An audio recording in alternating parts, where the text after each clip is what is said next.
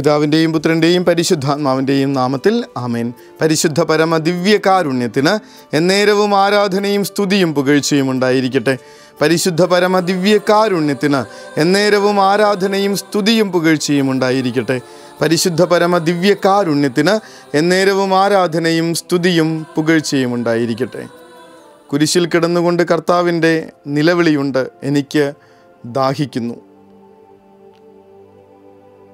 Bible പണ്ഡിതന്മാർ നമ്മളെ അതിങ്ങനെ വ്യാഖ്യാനിച്ചു തരും. നമ്മുടെ ഓരോരുത്തരുടെയും ആത്മാവിന് വേണ്ടിയുള്ള അവൻ്റെ ദാഹമായിരുന്നു ഈ നിലവിളിയെന്ന്. അത്രമാത്രം മനുഷ്യരെ ദാഹിച്ച, മനുഷ്യർക്ക് വേണ്ടി ആഗ്രഹിച്ച, മനുഷ്യരുടെ ആത്മാക്കളെ കിട്ടണമെന്ന് ആഗ്രഹിച്ച എൻ്റെ ദൈവത്തിൻ്റെ തിരുമുൻപിൽ ഞാൻ ആയിരിക്കുമ്പോൾ തിരിച്ച് ഞാൻ പ്രാർത്ഥിക്കേണ്ടത്, കർത്താവേ എനിക്ക് നിന്നെ മാത്രം മതിയെന്നല്ലേ, എനിക്ക് നിന്നെ മാത്രം മതിയെന്നല്ലേ. അങ്ങനെ ഒരു പ്രാർത്ഥന നടത്തേണ്ട വിശുദ്ധമായൊരു രാത്രിയാണിത്. കാരണം നാളെ ജൂൺ 13 പാതുവായിലെ വിശുദ്ധ അന്തോനീസിൻ്റെ തിരുനാൾ ആഘോഷിക്കുന്ന ദിവസം. ഒരുപാട് അത്ഭുത കഥകൾ വിശുദ്ധ അന്തോനീസിനെ കുറിച്ചുണ്ടെങ്കിലും ഓർക്കണം, ഈ അന്തോനീസിൻ്റെ മുൻപിൽ നിന്ന് അസാധ്യ കാര്യങ്ങൾക്ക് വേണ്ടി പ്രാർത്ഥിക്കുന്ന നമ്മളൊന്ന് വ്യക്തമായിട്ട് ധ്യാനിച്ചറിയേണ്ട കാര്യമുണ്ട്. ഈ വിശുദ്ധ അന്തോനീസ് എന്തിനു വേണ്ടിയാണ് പ്രാർത്ഥിച്ചിരുന്നതെന്ന്. ഒരുപാട് കാര്യങ്ങൾ നമ്മൾ പ്രാർത്ഥിക്കുന്നില്ലേ ഈ മഹാവിശുദ്ധൻ്റെ മുൻപിൽ ചെന്ന് നിന്നുകൊണ്ട്. ആ വിശുദ്ധൻ എന്തിനു വേണ്ടിയിട്ടാണ് പ്രാർത്ഥിച്ചിരുന്നത്? ഒറ്റ കാര്യം, എല്ലാ രാത്രികളിലും ആഗ്രഹിച്ച് പ്രാർത്ഥിച്ചിരുന്ന എല്ലാ രാത്രികളിലും അന്തോനീസിൻ്റെ പ്രാർത്ഥന ഒന്ന് മാത്രമായിരുന്നു, എനിക്ക് ഈശോയെ വേണം. പറഞ്ഞില്ലേ, ആഗ്രഹിച്ച് പ്രാർത്ഥിച്ചിരുന്ന ഓരോ രാത്രികളിലും പരിശുദ്ധ മാതാവ് ഉണ്ണീശോയെ ആ വിശുദ്ധൻ്റെ കൈകളിൽ കൊണ്ടുവന്ന് കൊടുത്തിരുന്നുവെന്ന് ചരിത്രം, അദ്ദേഹത്തിൻ്റെ ജീവചരിത്രം സാക്ഷ്യപ്പെടുത്തുന്നുണ്ട്. ഇങ്ങനെ ദൈവത്തെ കയ്യിലെടുക്കാൻ ഭാഗ്യം ലഭിച്ചൊരു വിശുദ്ധൻ. ഒരുപാട് വിശുദ്ധരുടെ കരങ്ങളിലൊന്നും ഇല്ലല്ലോ അങ്ങനെ, വളരെ ചുരുക്കം. വിശുദ്ധ ഔസേപ്പിതാവ്, പരിശുദ്ധ മാതാവ്, വിശുദ്ധ അന്തോനീസ്, ക്രിസ്റ്റഫർ പുണ്യാളൻ്റെ മേളിൽ എന്തൊരു ഭാഗ്യം ചെയ്ത മനുഷ്യരാണ്. അത്രയ്ക്കും തീക്ഷ്ണതയോടെ വിശുദ്ധ അന്തോനീസ് വേറൊന്നും പ്രാർത്ഥിച്ചിരുന്നില്ല. അത്രയ്ക്കും തീക്ഷ്ണതയോടെ ഒറ്റ കാര്യം മാത്രം, എനിക്ക് ഈശോയെ വേണം. പ്രാർത്ഥിച്ച നേരങ്ങളിലൊക്കെ ഒരല്പം പോലും വൈകാതെ സ്വന്തം മകനെ കൊണ്ടുവന്ന് ഇങ്ങനെ കരങ്ങളിൽ കൊടുത്തിരുന്ന വിശുദ്ധൻ്റെ പേരാണ് അന്തോനീസ് പുണ്യാളൻ. എന്നിട്ട് നമുക്ക് പ്രാർത്ഥിക്കാനായിട്ട് ഈ ഒരു പ്രാർത്ഥന ഇല്ലല്ലേ? നമുക്ക് ഈ ഒരു പ്രാർത്ഥന പ്രാർത്ഥിക്കാൻ നമ്മുടെ നാവ് പൊന്തുന്നില്ലല്ലേ? നമ്മുടെ ആഗ്രഹങ്ങളിൽ ഒന്നുപോലും ഈശോ ആകുന്നില്ലല്ലോ എന്നുള്ള സങ്കടത്തോടെ വേണം ഈ തിരുനാൾ ആഘോഷിക്കാനായിട്ട്. കർത്താവെ, ഞങ്ങൾക്ക് നിന്നെ വേണം.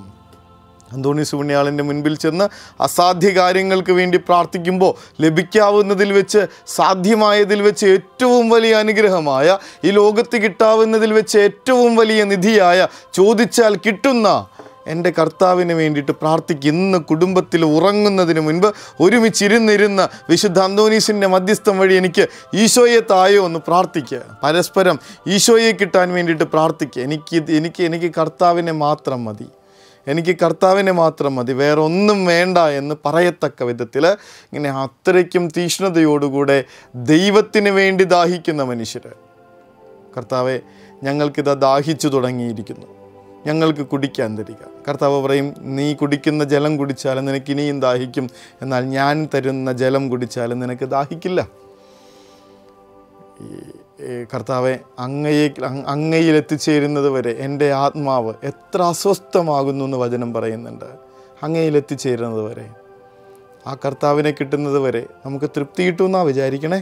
ആ കർത്താവിൻ എത്തിച്ചേരുന്നത് വരെ നമുക്ക് സന്തോഷം ഉണ്ടാവുമെന്നാണ് വിചാരിക്കണേ. നമ്മൾ അനുഭവിച്ചിട്ടില്ല ഇതുവരെ യഥാർത്ഥ സന്തോഷം എന്താണെന്ന്, വിശുദ്ധമായ സ്നേഹം എന്താണെന്ന്, ശരിക്കുള്ള തൃപ്തി എന്താണെന്ന് അനുഭവിക്കണമെങ്കിൽ ആ തമ്പുരാനെ കിട്ടണം. വിശുദ്ധ അന്തോനീസിൻ്റെ നാവിൽ നിന്ന് സുവിശേഷം മാത്രം വരാനുള്ള കാരണം, അനുഗ്രഹങ്ങൾ മാത്രം വരാനുള്ള കാരണം എന്തായിരിക്കും? ഒരാൾക്ക് ഈശോയെ കിട്ടിയിട്ടുണ്ട്, അതിനപ്പുറത്ത് അയാൾക്കൊന്നും വേണ്ട. അതുകൊണ്ട് കർത്താവ് പറയണത്, അന്ന് നിങ്ങൾ എന്നെ കാണും, നിങ്ങളുടെ സന്തോഷം പൂർണ്ണമാകും, അന്ന് നിങ്ങൾ എന്നോടൊന്നും ചോദിക്കില്ല. കർത്താവിനെ കണ്ട് സന്തോഷം പൂർണ്ണമാകുന്നതോടുകൂടെ പിന്നെ എനിക്കൊന്നും വേണ്ട, ഒന്നും വേണ്ട. അന്തോനീസ് പുണ്യാളൻ്റെ നാവിങ്ങനെ അഴുകാതെ നിൽക്കുന്നതിൻ്റെ കാരണം, വേറൊന്നും ആഗ്രഹിക്കാതെ ക്രിസ്തുവിനെ കിട്ടിയ ഒരു മനുഷ്യൻ പിന്നീട് ആ കർത്താവിനെക്കുറിച്ച് മാത്രം പറഞ്ഞു നടന്നതുകൊണ്ടാണ്.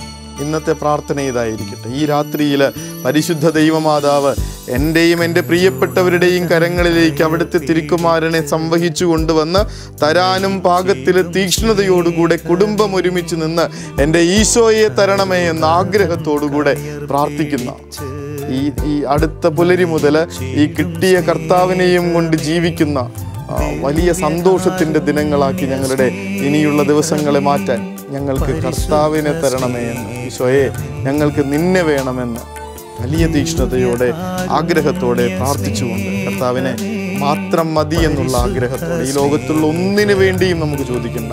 പല ആഗ്രഹങ്ങളുണ്ടാവും, നാളത്തേക്ക് ഒരുപാട് നിയോഗങ്ങളും കാര്യങ്ങളൊക്കെ ഉണ്ടാവും, എല്ലാം മാറ്റിവെക്കും. എന്നിട്ട് ഈശോയെ മാത്രം മതി എന്നുള്ള വലിയ ആഗ്രഹത്തോടുകൂടെ മുട്ടിന്മേൽ നിന്ന് അവിടുത്തെ അനുഗ്രഹത്തിനായി അവിടുത്തെ ലഭിക്കാനായി നമുക്ക് അപേക്ഷിക്കാം. ആശീർവാദം സ്വീകരിക്കാം.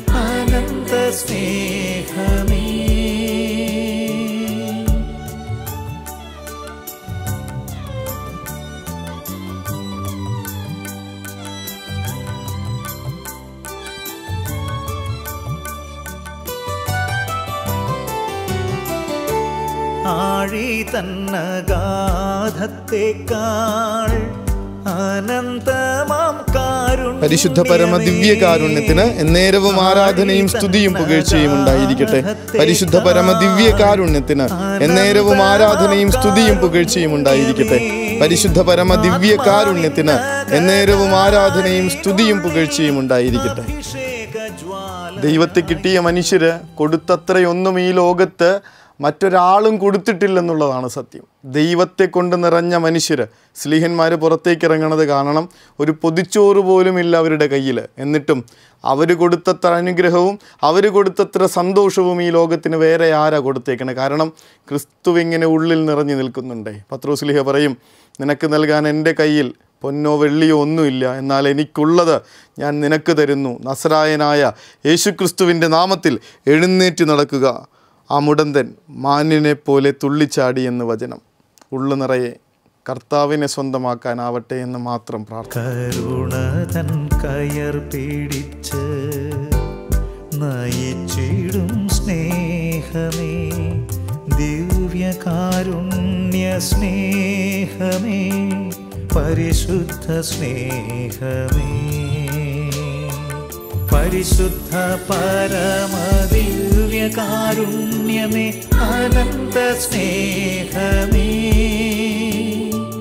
പരിശുദ്ധ പരമദിവ്യകാരുണ്യമേ, അനന്ത സ്നേഹമേ.